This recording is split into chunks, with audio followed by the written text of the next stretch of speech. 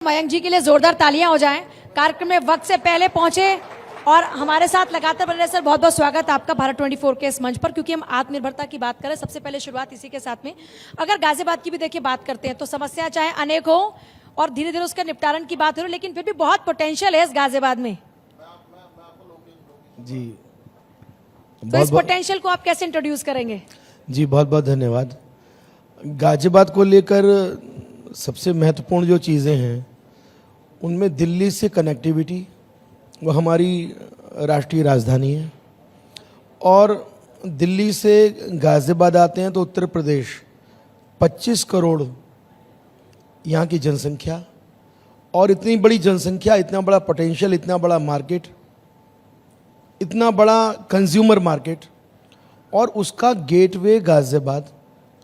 तो गाजियाबाद और उत्तर प्रदेश पूरा का पूरा एक ऐसा, एक मुझे लगता है कि इतना बड़ा प्लेटफॉर्म है।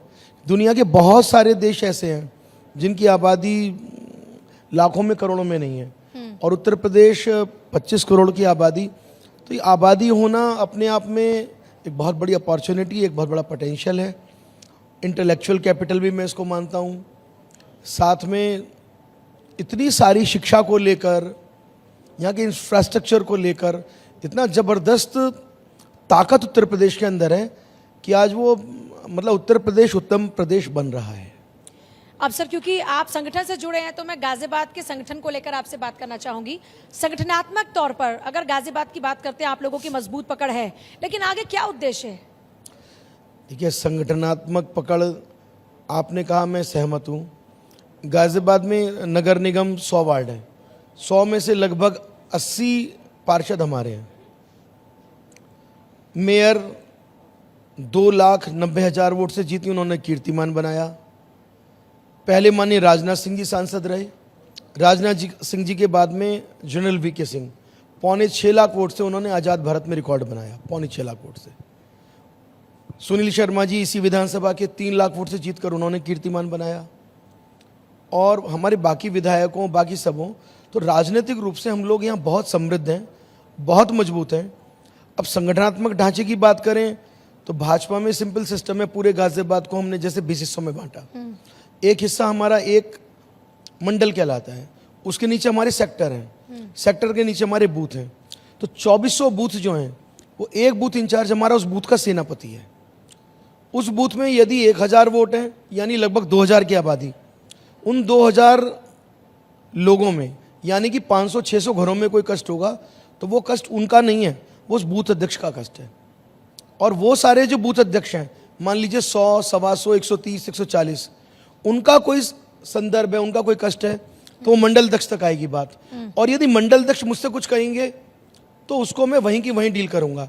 जैसे कि भी आईपीएस बैठे थे, तो एक हो गए कमिश्नर, कमिश्नर के साथ हो गए एसीपी, डीसीपी, और उसके बाद में हो गए चौकी इंचार्ज। ऐसे ही सिस्टम हमारा है। जिला है, उसके बाद मंडल है, उसके बाद सेक्टर, उसके बाद बूथ। ये ऑर्गेनाइजेशनल स्ट्रक्चर है हमारा। और इसी ऑर्गेनाइजेशनल स्ट्रक्चर में इस वक्त काम सौंपा गया है वक्फ को लेकर, लोगों में जागरूकता फैलाई जाए, उसके बारे में लोगों को अवेयर किया जाए। वो काम कैसा चल रहा है? 3-4 काम चल रहे हैं।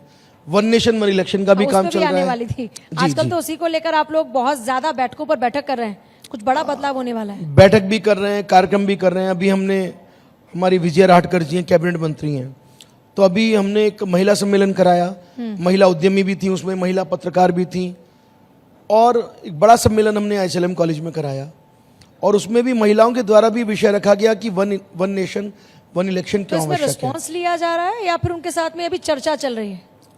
इसमें जी चर्चा भी है, रेस्पॉन्स भी ले रहे हैं, और अपनी ओर से कोई कन्विंस नहीं है तो उनको कन्विंस करने का काम भी हम लोग कर रहे हैं।